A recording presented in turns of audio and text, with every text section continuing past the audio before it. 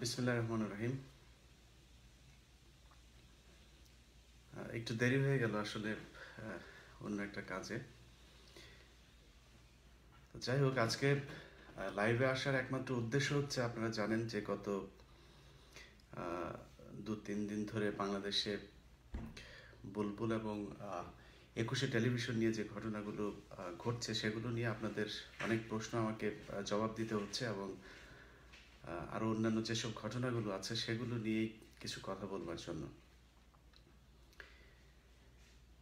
আসলে দেখেন, আমরা আপনাদের প্রশ্নের ভেতরে আছে আমার ফেসবুক স্ট্যাটাস কিংবা আমার যে ভিডিওটা ইউটিউবে আপলোড দিয়েছি, সেখানে আপনাদের প্রশ্নগুলো হচ্ছে যে বুলবুল কোথায়। খুব স্বাভাবিকভাবে এটা খুবই প্রাসঙ্গিক একটি প্রশ্ন যে বুলবুল কোথায়।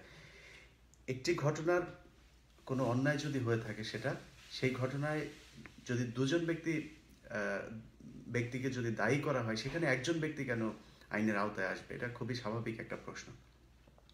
কিন্তু খুব দুঃখজনক হলেও সত্য যে 21শে টেলিভিশনের যে ঘটনাটি ঘটেছে সেটিকে শুধু বুলবুল নয়, বিভিন্ন পত্রিকাতেও আমি দেখলাম যে আওয়ামীপন্থী সাংবাদিক। দেখেন, আওয়ামী লীগ এবার কিভাবে ভোটের মাধ্যমে ক্ষমতা এসেছে এটা সাধারণ মানুষ নয়, একটা আওয়ামী লীগের যদি বিবেক সম্পন্ন কোনো মানুষ হয়ে থাকে, যেসব অমানুষ তো সবখানেই থাকে, আওয়ামী লীগের শুধু অমানুষগুলোকে বাদ দিলে সবাই জানে, এরা প্রধানমন্ত্রী নিজেও জানেন যে নির্বাচনটা কেমন হয়েছিল। যাই হোক, এখন সেটা নিয়ে আসলে বিতর্ক অনেক হতে পারে। বিএনপিও এরকম নির্বাচন করেছিল, তারাও থাকার চেষ্টা করেছে, পারেনি। যাই হোক, সেগুলো নিয়ে কথা বলতে চাই না। বিষয় হচ্ছে, আওয়ামী লীগ ক্ষমতায় আসার পরে এবার আমরা প্রধানমন্ত্রীর কিছু কার্যক্রম দেখেছি, যেগুলো দেখে সাধারণ মানুষ আশা দেখছে যে তিনি হয়তো কিছু, বিশেষ করে কয়েকটি ধর্ষণের ঘটনায় ক্রসফায়ার দেয়া, যদিও বিচার বহির্ভূত হত্যা, তারপরেও বাংলাদেশের ধর্ষকদের যে বিচার দীর্ঘায়িত হওয়ার যে গল্প, সেটা আমরা জানি যে এদের বিচার ঠিকমতো হয় না। সেই ক্ষেত্রে তাদের বিচার করা এবং কয়েকজন খুব দুর্নীতিবাজ যেসব মন্ত্রীরা আছেন তাদেরকে সরিয়ে দিয়ে যেসব নতুন মুখ আছে তাদেরকে দিয়ে বিভিন্ন ধরনের কার্যক্রম তিনি পরিচালনা করছেন, দুদক অ্যাক্টিভ করেছেন। সব মিলিয়ে আমরা আশা করতেই পারি যে বাংলাদেশে, আমি আপনাদের প্রশ্নের উত্তরগুলো দেবো একটু পরে, আমি একটু কিছু কথা বলে নিই। তো সেখানে বুলবুলের মতো একজন মানুষকে, তার মতো ইমেজ, যদি মনে করেন যে বুলবুলের কিছুই হয়নি, মনে করেন কিছুই হবে না, তারপরেও আজকে বাংলাদেশের মানুষ 15 মিনিটসের কল্যাণে যেটা দেখেছে, এরপরে কোনো মানুষের নৈতিকভাবে মানুষের কাছে কোনো কিছু এক্সপ্লেন করার মতো সেই ক্ষমতাটা থাকা উচিত না, সেই সাহসটা দেখানো উচিত না। আমার মনে হয় না যে আগামী 2-1 বছরের মধ্যে বুলবুলের রাস্তায় বের হওয়ার মতো কোনো সাহস দেখানো উচিত। এখন তার বিচার হবে কি হবে না সেটা নিয়ে আপনারা কথা বলছেন। দেখেন, আমি বিশ্বাস করি, এখনো পর্যন্ত আমি বিশ্বাস করি বুলবুল যে কোনো সময়, আপনারা 21শে টেলিভিশনেই নিউজ দেখতে পারেন যে বুলবুল গ্রেফতার হয়েছে। অথচ এই ঘটনাটা ঘটার পরে আপনি যদি একটি ক্রাইম করেন, সেটা আপনি জানবেন যে আমি এই ক্রাইমটি করেছি। বুলবুল জানে যে সে কি করেছে, কিন্তু বুলবুল এই ঘটনাটি স্বীকার করেনি। যখন নিউজটা গেল, আমার যে প্রোগ্রাম সেটা গেল, যাওয়ার পরে সে কয়েকটি ঘটনা ঘটিয়েছে। 21শে টেলিভিশনের যে স্ক্রিনটা আছে, এই স্ক্রিনটার পুরো দায়িত্ব হচ্ছে তার হাতে। তিনি প্রথমে ঘোষণা দিলেন যে 21শে টেলিভিশনের চাকরিচ্যুত ফেরারি সাংবাদিক, আমি কখনো এই ডেজিগনেশনটা, আমি কখনো এই কি বলে, মানে বিশেষণটা আমি কোনো সাংবাদিকের নামের আগে দেখিনি, ফেরারি সাংবাদিক। দেখেন বুলবুল ভাই, আমি ইলিয়াস হুসাইন, আমি জামাত শিবির হয়েছি কেন জানেন? আমি 21শে টেলিভিশনে অন্তত 100টা 21এর চোখের প্রোগ্রাম করেছি। 5.5 বছরের আমার 21এর টেলিভিশনের ক্যারিয়ার। সেখানে আমি জামাত শিবির হয়েছি কারণ হচ্ছে 5 জানুয়ারি নির্বাচনে আওয়ামী লীগের লোকজনকে ভোট কেন্দ্র থেকে দৌড়িয়েছে, যারা কিনা জাল ভোট দিচ্ছিলেন তাদেরকে। সেই রাতে বিএনপির 15 জন, তখনকার 14 আগের যে এমপি ছিলেন, সেই এমপিরা 15 জন এসেছিলেন আমাদের অফিসে বিরাট বড় ফলের ঝুড়ি নিয়ে চেয়ারম্যানের কাছে। সেখানে তারা আমার সাথে দেখা করতে চেয়েছেন। আমি স্যার ফোন করার পরে আমি সেখানে গিয়েছি। যাওয়ার পরে আমাকে বললো যে ইলিয়াস, তোমার সাথে ওনারা কথা বলবে একটু। সেখান থেকে, আমি নাম বলছি না, একজন বিএনপির একজন নেতা, তিনি আমাকে খুব কংগ্রাচুলেট করছে, অনেক কথাবার্তা বলছে। তখন আমি তাকে বললাম, দেখেন আসলে আজকে যে নির্বাচনটা হলো, এটা নিয়ে আমি আজকে যেমন, যদি আপনারা এরকম কোনো নির্বাচন, যেহেতু বিএনপির সময় আমি সাংবাদিকতা শুরু করিনি, সো বিএনপি যদি এরকম কোনো কিছু করে, সেই ক্ষেত্রে আমার অবস্থানটা, আমার যে তৎপরতা ছিল সেটা ঠিক একই রকম হবে। আপনারা যদি মনে করেন যে আমি আপনাদের দলের কেউ, তাহলে সেটা ভুল করবেন। তিনি কিছুটা মানে মুখটা একটু কালো হয়ে গেল, তারপরে যাই হোক তিনি সামলে নিয়ে আমাকে বললেন, না না না না, ইটস ওকে ইটস ওকে, তুমি যা ইচ্ছে, তুমি যেটা করেছো সেটা সবসময় থাকা উচিত, নানান কথাবার্তা। এখন সেখানের পর থেকে কি হলো, আমি জামাত শিবির হয়ে গেলাম। আমি যদি চেষ্টা করতাম যে আওয়ামী লীগের সাথে ট্যাগ হয়ে দালালি করে একুশে টেলিভিশনে টিকে থাকা, ইভেন তো যখন চেয়ারম্যান জেলে গিয়েছে তখনও যদি আমি চেষ্টা করতাম, এখনো পর্যন্ত এই মুহূর্ত পর্যন্ত আওয়ামী লীগের এমন দু চারজন নেতা আছে যারা কিনা আমাকে অন্তত খুব ভালোভাবে আওয়ামী লীগের সাথে ফেস করিয়ে দেওয়ার ক্ষমতা রাখেন। আমি চেষ্টা করলে সেটাও করতে পারি, কারণ এখন খুব বেশি মানুষ কথা বলে না, তো সরকারের সমালোচনা করে না। যে কজন বলে তার মধ্যে আমি একজন। আমি যদি সরকারকে বলি যে আমি কোনো এইসব কথাবার্তা বলবো না, তারা খুব খুশি হয়ে সেটা গ্রহণ করবে। আপনারা জামাত শিবির ট্যাগ দিয়ে তারপরে কিছু পত্রিকা দেখলাম তার নামে সংবাদ করেছেন, যে সেই নিউজটা হচ্ছে এরকম যে আওয়ামীপন্থী সাংবাদিক। আওয়ামীপন্থী সাংবাদিক মানে কি? তিনি একটি দোষ করবেন, সেটা আওয়ামী লীগের পক্ষে আপনারা নিজেরা ঠেলে দেবেন। এখন সরকার ক্ষমতায় আছে আওয়ামী লীগ, আপনারা যদি বলেন যে তিনি আওয়ামীপন্থী সাংবাদিক, তার মানে কি তিনি তো আওয়ামী লীগের সুবিধা পাবেন। যেটা তিনি করেছেন, আটক হওয়ার পরে প্রথমে তিনি ঘোষণা দিলেন চাকরিচ্যুত ফেরারি সাংবাদিক ইলিয়াস হুসাইন একুশে টেলিভিশনের রিপোর্টার এবং কর্মকর্তাদেরকে জড়িয়ে অবান্তর অশালীন বানোয়াট তথ্য প্রকাশ করছে, বিভ্রান্ত না হওয়ার জন্য অনুরোধ করছে। এরপরে তিনারা যোগ করলেন, যখন সিকান্দার যখন কিনা তার ফেসবুকে একটা স্ট্যাটাস দিলেন যে এই ঘটনার সব কিছুর জন্য বুলবুল দায়ী, তখন তিনি করলেন কি, সেখানে যোগ করলেন যে তার ফেসবুক অ্যাকাউন্টও আমি হ্যাক করেছি। তারপরে তিনি যেটা করেছেন, তার আগেই করেছেন যে জামাত শিবিরের বাঁশের কেল্লা সহ কয়েকটি জামাত শিবির পন্থী সাইট ব্যবহার করে আমি এই অপপ্রচার চালাচ্ছি। দেখেন কত কত বড় বাটপার হতে পারে। তিনি স্ক্রিনের ক্ষমতাটা রাখা পর্যন্ত এই কাজটা করেছেন। এবং যখন সিকান্দার আটক হলো, আটক হওয়ার পরে তিনারা দিলেন হচ্ছে মানে মানে তিনার প্ল্যানটা একটু দেখেন। তারপরে তিনি দিলেন হচ্ছে একুশে টেলিভিশনের চিফ রিপোর্টার সেকেন্দারকে অজ্ঞাত ব্যক্তিরা তুলে নিয়ে গিয়েছে বনশ্রীর বাসা থেকে, একুশে টেলিভিশনের উদ্বেগ প্রকাশ। সেই একই জায়গাতে, তখন কিন্তু আর আমার ঘোষণাটা নেই, তখন সেকান্দারের এই ঘটনা আসে। এরপরে একই জায়গাতে তিনি একটু পরে প্রায় 4-5 ঘন্টার ব্যবধানে কি আসলো হচ্ছে যে নারীকে যৌন হয়রানির অভিযোগে গ্রেফতার একুশে টেলিভিশনের সেকান্দার, একুশে পরিবারের নিন্দা। এতক্ষণ হচ্ছে উদ্বেগ প্রকাশ করেছে, এখন সেকান্দারের প্রতি নিন্দা জ্ঞাপন করছে। মানে এটা কি ফান নাকি যে আপনারা আপনাদের একটা স্ক্রিন আছে বলে যা ইচ্ছা তাই বলবেন আর সেটাকে মানুষের মানতে হবে? দ্বিতীয় প্রশ্ন হচ্ছে, আমি জামাত শিবির করি, আমার একুশের চোখের প্রায় 100টা পর্ব আছে, একটা পর্বের মধ্যে দেখান যেখানে কিনা জামাত শিবির, এখন যদি আপনি মনে করেন আমি একজন এমপির বিরুদ্ধে নিউজ করেছি, সে দুর্নীতি করলে তার বিরুদ্ধে নিউজ করবো না? শেখ হাসিনা কি তার এমপিদের বিরুদ্ধে বলে না? শেখ হাসিনা তার মন্ত্রীদের বিরুদ্ধে বলে না? শেখ হাসিনা কি এখন আওয়ামী বিরোধী লোক নাকি? আমার কাজই তো হচ্ছে, আমার একটা ক্রাইম রিপোর্টের কাজই তো হচ্ছে মানে যে কোনো একটা অপরাধকে ধরা।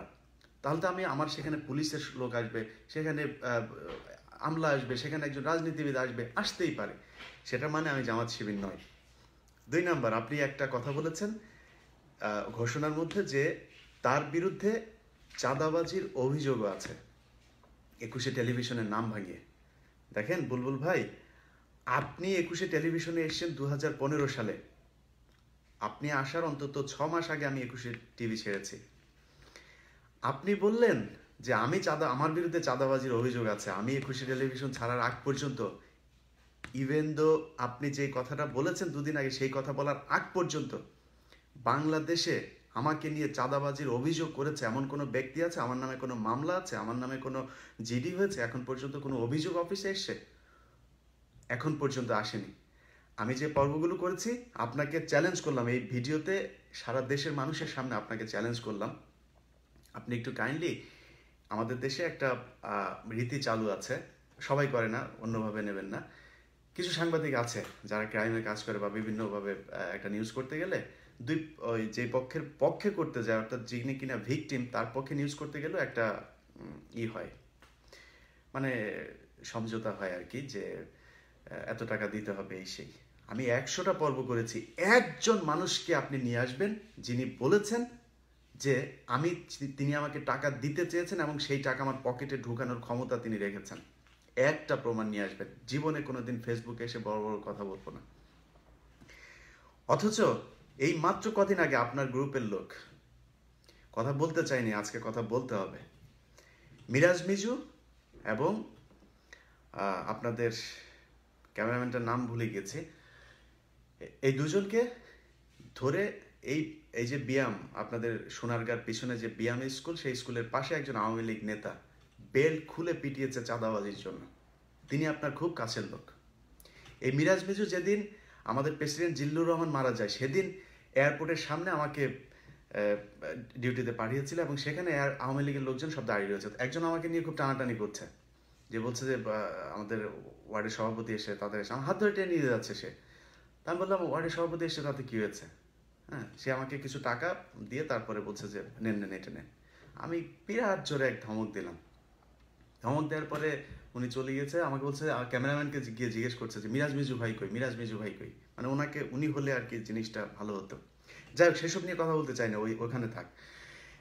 এখন আপনার যদি নাকি নৈতিক শক্তি থেকে থাকে যে আপনি সব কিছুতে ঠিক ছিলেন, তাহলে ঘটনা একরকম। আর যদি না থাকে, তাহলে এই বড় বড় কথাগুলো বলা আপনার ঠিক হয়নি। আপনার উচিত ছিল জাতির কাছে ক্ষমা চাওয়া। ইভেন এখন আপনার উচিত অন্তত জাতির কাছে ক্ষমা চাওয়া।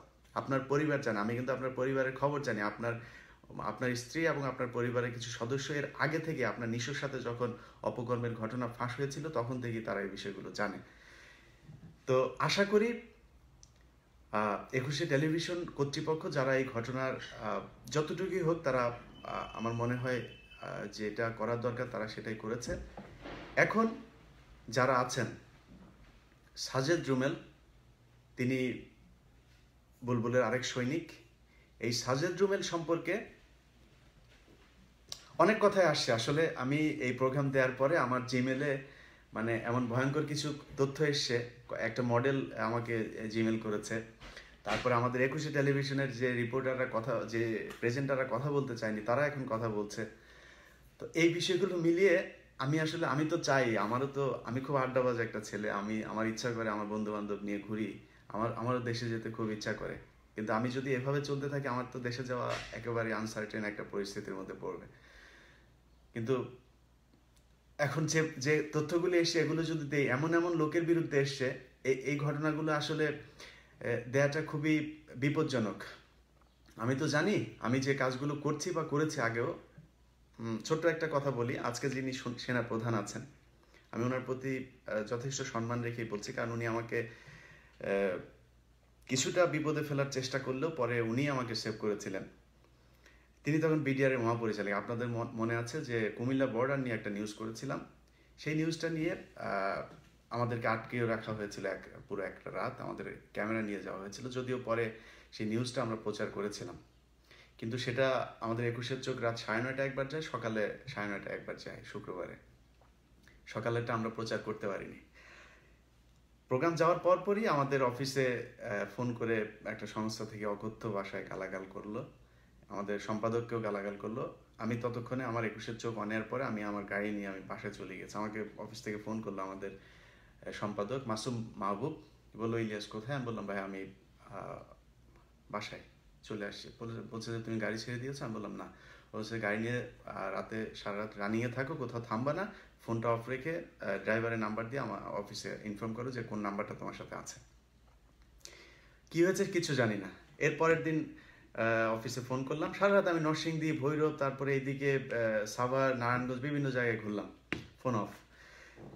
ওনাদের কথা হচ্ছে যে আমরা কেন বিজিবিকে নিয়ে কথা বললাম। দেখেন, বিজিবি বর্ডারে চাঁদাবাজি করে না, চোরাচালানের সাথে সম্পৃক্ত নাই, এই কথা বর্ডারে অন্তত যারা থাকেন তারা কি বিশ্বাস করবেন? কিন্তু সেটা হয়েছে। যদিও এর পরের আজিজ সাহেব আমাকে অনেক হেল্পও করেছেন এখান থেকে, ঝামেলা থেকে করার জন্য। যাই হোক, আমি তো জানি যে নিউজটা আমার যাচ্ছে, সেই নিউজটাতে আমার একটা শত্রু পক্ষ হবে এবং সেই পক্ষটা কত শক্তিশালী সেটা কিন্তু আমি জানি। আজকে বুলবুল খুব বিপদে আছে, কিন্তু আপনাদের মনে হয় না যে একটা বিরাট অংশ বুলবুলের পক্ষে আছে? কালকে প্রেস ক্লাবে খুব কষ্টের সাথে বলতে হয় যারা করেছে তারা কারা।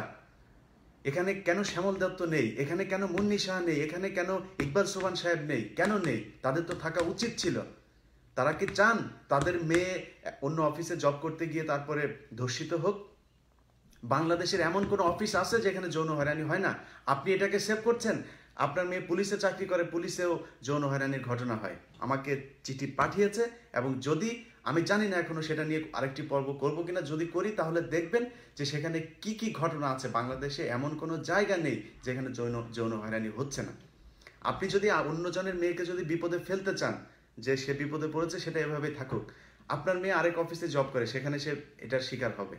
অতএব এখন জাগার সময় হয়েছে, প্লিজ জাগেন। বাংলাদেশে একটা যে কারণেই হোক, সেটা 15 মিনিটসের কারণেই হোক আর যেই কারণেই হোক হয়েছে, আমার কথা হচ্ছে আপনারা এখন যদি নাকি এই বিষয়টাতে রুখে না দাঁড়ান, তাহলে এটার ভবিষ্যৎ খুব অন্ধকার, খুবই অন্ধকার। এটা শুধু মিডিয়ার ব্যাপার না। তো আপনাদের কাছে অনুরোধ, যদি বিচার হয় তাহলে সবার হওয়া উচিত, অথবা সিকান্দারকেও ছেড়ে দেন। আজকে সাজেদ জুমেল বুলবুলের লোক হয়ে যদি নাকি কালকে রাতে সে 21-এর চোখ করতে পারে, আমি খুব আশ্চর্য হয়েছি যে সাজেদ জুমেল কেন 21-এর চোখ করবে।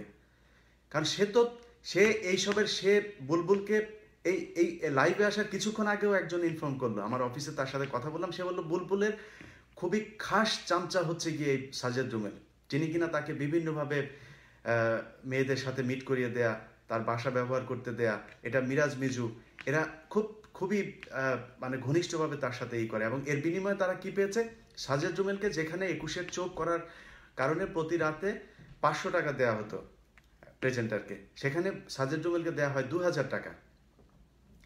মিরাজ মিজু, তাকে এমন কোনো আওয়ামী লীগের এমন কোনো চাঁদাবাজি নেই যেখানে তাকে যেতে দেন। আমি লাইভে বলছি, আওয়ামী লীগের যারা আছেন তাদের কাছে আমার মানে প্রশ্ন থাকলো, অনুরোধ থাকলো, বলার দরকার নেই, খালি নিজের কাছে প্রশ্ন করেন, ঢাকাতে যে প্রোগ্রাম হয় সেই প্রোগ্রামে গিয়ে মিরাজ মিজুর টাকা নেয় না এমন কোনো প্রোগ্রাম আছে কিনা। আপনারা যদি এই ইলিয়াস হুসাইন চাঁদাবাজি করেছে 21-এর নাম ভাঙিয়ে আপনারা বলছেন, তো যদি মনে করেন যে আপনারা চাঁদাবাজকে খুব অপছন্দ করেন, ধরেন আমি চাঁদাবাজি, আমি তো 21 টিভিতে নাই, আমি তো চাঁদাবাজ, তাহলে আপনার অফিসে এখন চাঁদাবাজ কেন রেখেছেন? আগের কথা বাদ দেন, এখন রেখেছেন কেন? তাদেরকে বাদ দিতে হবে। তো একজন ধর্ষক হবে, আরেকজন ধর্ষক অফিসে কাজ করবে, বেতন পাবে, এটা হতে পারে না। আরো একটা কথা বলে দেই, কথাটা বলতে চাইনি কিন্তু কিছু কথা বলা উচিত। শাকেরা আরজু নামে একজন রিপোর্টার আছে 21 টেলিভিশনে। এই শাকেরা আরজুকে গত 2-3 মাস আগে সাজেদ জুমেল খুব আপত্তিকর, খুবই মানে বাজে কিছু কথা বলেছে, ইঙ্গিত করেছে, কুরুচিপূর্ণ ইঙ্গিত করেছে, এবং তাকে ওই সেকেন্দারের মতো অনেকটা উদার হও টাইপের কিছু কথাবার্তা বলেছে।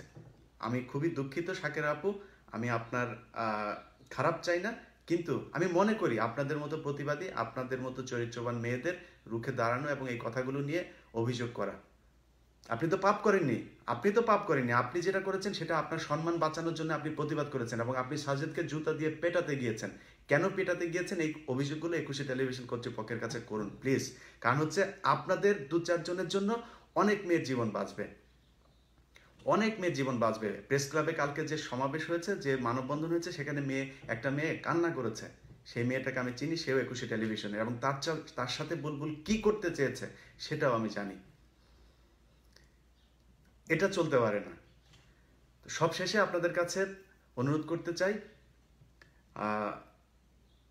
15 মিনিটসে যারা আমাকে এরই মধ্যে এই ঘটনাগুলো যা কিছু ঘটেছে সব কিছু তো আপনারা জানেন যে আপনারাই আমাকে সহযোগিতা করেছেন, আপনারা আমাকে সহযোগিতা করতে থাকুন, ইনশাল্লাহ সত্যের বিজয় হবে। আওয়ামী লীগ বিএনপি বলে কোনো কথা নেই।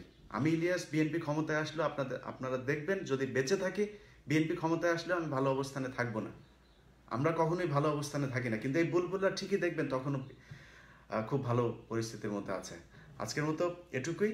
আপনাদের কাছে অনুরোধ, আমার যেসব অনুসন্ধানে আপনাদের সহযোগিতা চাই সেসব অনুসন্ধানগুলোতে আপনারা সহযোগিতা করবেন। ভালো থাকবেন এবং বুলবুলের বিচারের দাবিতে সবাই সোচ্চার হবেন আশা করছি। আল্লাহ হাফেজ।